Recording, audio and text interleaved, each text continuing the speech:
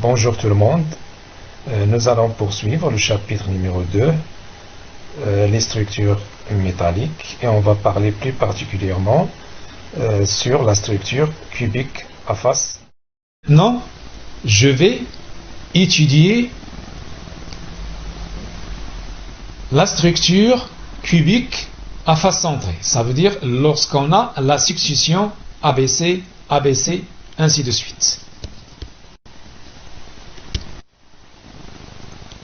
Donc, pour la structure cubique à face centrée, voilà, je représente un cube. Vous voyez, un cube.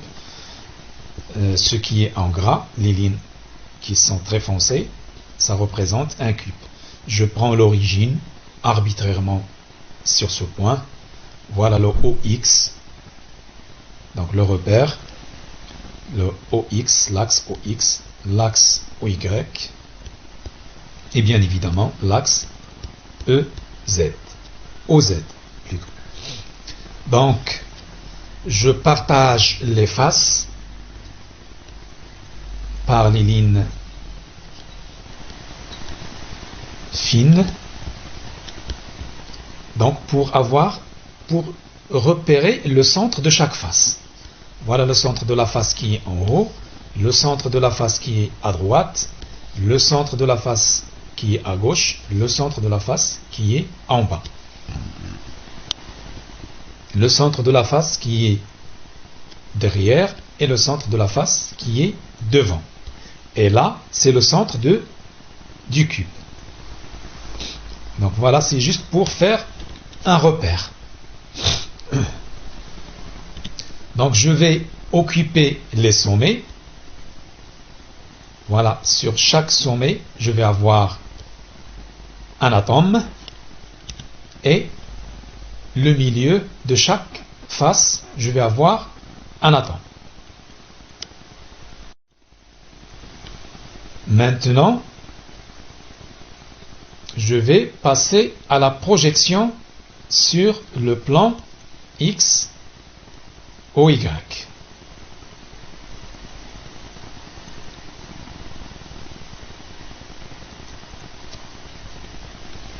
Donc, c'est bien le plan 0, 0, 1. Le plan X ou Y, c'est équivalent au plan 0, 0, 1.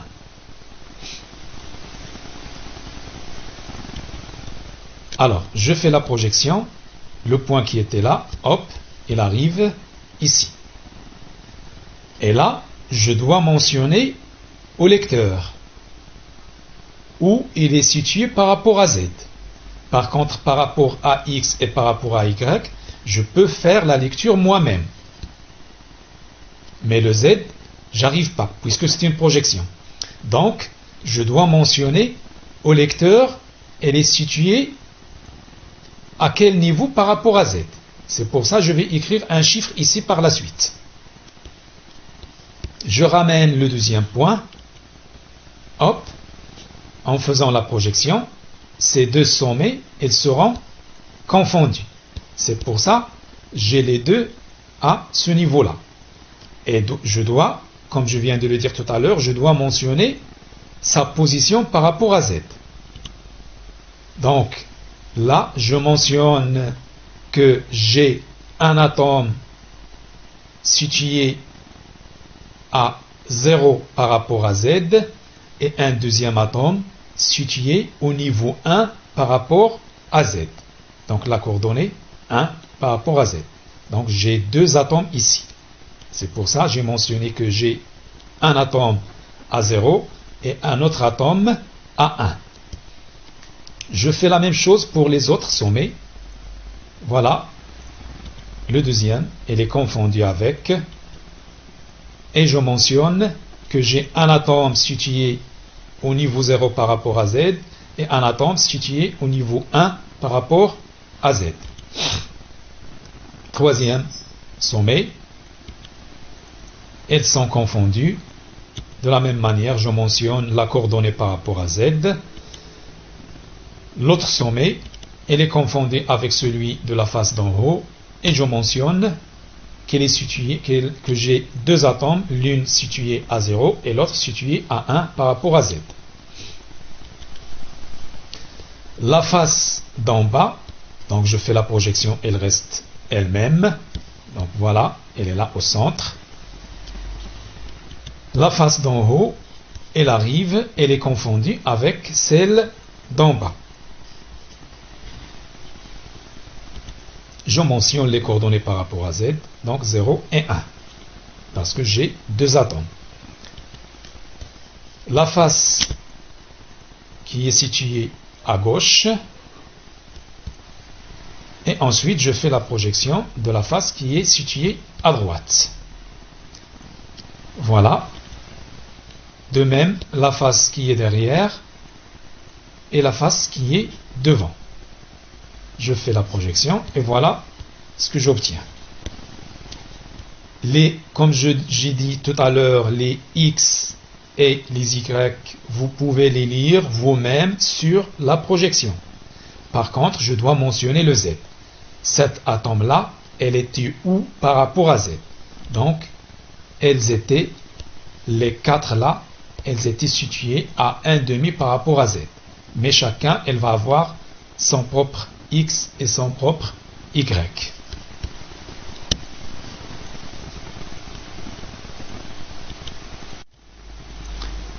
Maintenant, je passe pour le calcul du nombre de motifs par maille. J'ai donné la définition la dernière fois. Donc, c'est le constituant par maille. Le nombre de motifs, c'est le constituant qui est à l'intérieur de la maille. Donc, vous pouvez revenir à la définition. Alors, là, j'ai représenté 8 cubes. Et je n'ai pas représenté les centres des faces. C'est juste pour faciliter la vision. Voilà le cube sur lequel je vais raisonner. Et je prendrai cet atome-là pour voir, comme vous pouvez le constater, cet atome qui est au sommet ici, il appartient à combien de cubes? Il appartient à 8 cubes. 4 qui sont en bas. Voilà le premier cube. 1, 2, 3 et 4. Et 4 autres qui sont en haut. Donc, cet atome, elle participe dans une maille, ça veut dire dans un cube, elle ne contribue que par le 1/8. Donc, le 1/8. Et j'ai combien de sommets? Combien d'atomes sur les sommets d'un cube? Un cube, il contient 8 sommets. Donc, je vais avoir 8 atomes. Voilà, j'ai écrit 8 ici. Et puisque chaque atome, il appartient, chaque atome situé au sommet d'un cube, il appartient à 8 cubes qui sont adjacents. Donc, je dois multiplier par le 1/2. Le 1/8. Donc 8 fois 1/8. Et maintenant, si je considère les atomes qui sont situés sur le milieu d'une face. Sur un cube, j'ai combien de faces? J'ai 6. 6 faces. 1 en haut, 2 en bas, 3 à droite, à gauche, ça donne le quatrième, la face derrière, ça donne le cinquième, et la face qui est devant donne la sixième face. Donc au total, je vais avoir 6 faces. Maintenant, je vais considérer juste 2 cubes, l'un à côté de l'autre. Et je vais raisonner sur la face qui est à droite, celle-là. Donc cet atome qui a le centre confondu avec le centre de cette face. Il appartient à combien de cubes? Donc, il va appartenir à 2 cubes. C'est pour ça que je vais multiplier par 1/2. Donc, chaque atome situé au milieu des faces, il va appartenir a 2 cubes. Et par conséquent, elle va contribuer par le 1/2. Donc j'ai 6 faces et je dois multiplier par 1/2. Donc au total, je vais avoir combien de sphères sur un cube lorsque j'ai la structure cubique face centrée. Donc 8 sommets fois 1/8, ça donne 1. 6 faces fois 1/2, ça donne 3. Donc au total, je vais avoir 4 sphères à l'intérieur du cube. Bon, c'est pas 4 sphères, mais si je fais l'assemblage ou la contribution de chaque sphère, ça va donner 4. Donc je dis que j'ai 4 atomes, 4 motifs par maille, dans le cas du cubique à face centrée. Donc là, vous voyez le 1/8 d'un atome. Si je prends cette entité-là, et je vais le partager, je coupe pour avoir juste un seul cube. Donc, les atomes qui sont situés au sommet, il ne reste que le 1/8, parce que les 7/8, ils vont appartenir aux 7 autres cubes qui sont adjacents. Et l'atome qui est en milieu de la face, je vais avoir juste le 1/2 qui reste dans ce cube. Voilà comment je fais le calcul pour le nombre de motifs par maille. Alors, le nombre de coordinations, ou bien l'indice de coordination, ou bien la coordinance d'un atome. Donc, je vais représenter les choses en 3 dimensions. Donc, je ne vais jamais avoir une maille isolée de cette manière-là. Donc, chaque maille, elle a à ses côtés les autres mailles qui sont identiques. Je vais raisonner sur l'atome qui est en jaune et je vais voir combien de proches voisins.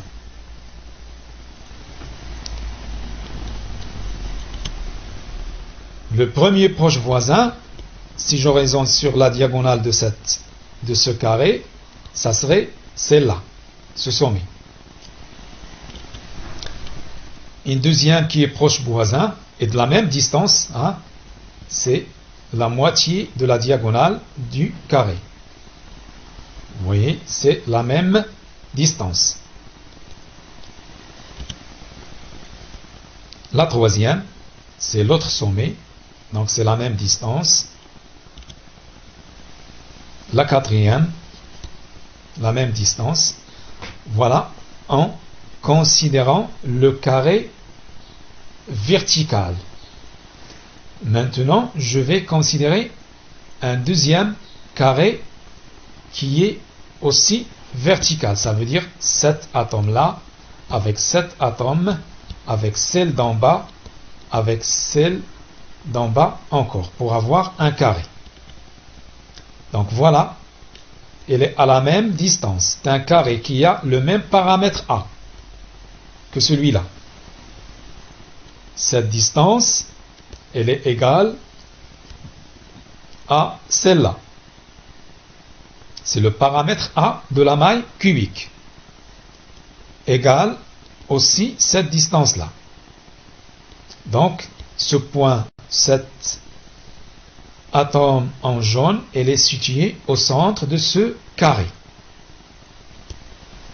Donc, j'ai la même distance ici. Donc, la cinquième proche voisin, la sixième proche voisin, la septième proche voisin et la huitième proche voisin. Il y en a encore d'autres proches voisins à la même distance. Ça serait les atomes du plan horizontal. Ça veut dire celle-là, avec celle-là, avec celle-là, avec celle-là. Ces 4 atomes, ils forment un carré et le centre de ce carré est occupé par cette sphère-là en jaune. Et elles sont distantes de la même distance que les autres. C'est la moitié de la diagonale du carré de côté A, l'endo qui a le paramètre A.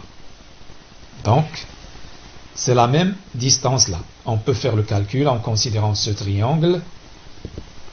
On peut calculer cette distance. C'est A racine de 2. Et je divise par 2, ça donne A racine de 2 sur 2. Parce que là c'est A, et là aussi c'est A. En appliquant le théorème de Pythagore, je vais avoir A racine de 2, puisque là j'ai un angle rectangle. Donc, on a déjà dénombré 8 proches voisins. On continue le dénombrement. Voilà un atome qui est à la même distance, ça fait 9. Un autre atome à la même distance, ça fait 10. Un autre atome à la même distance, ça fait 11. Et le dernier, à la même distance, ça fait 12. Donc, n'importe quel atome, parmi tout ce qu'on vient de voir, on peut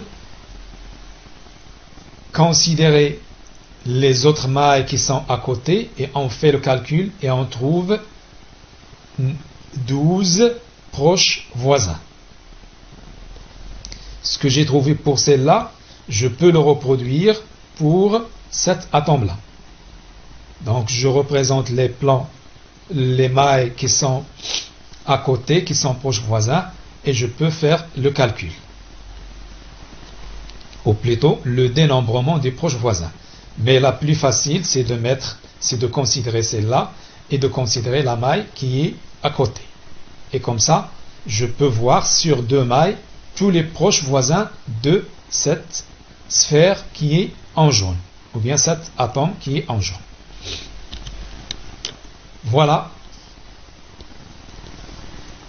le nombre de coordinations, ou bien la coordination de cet atome, c'est 12.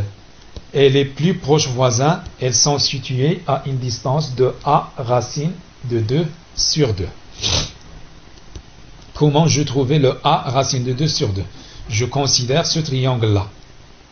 Ce triangle constitué par cet atome, celle-là et celle-là. Ça fait un triangle rectangle en ce point-là. Cette distance égale A. Celle-là égale A. Et je peux calculer cette distance-là en utilisant le théorème de Pythagore. Et ça va donner cette distance-là égale A racine de 2.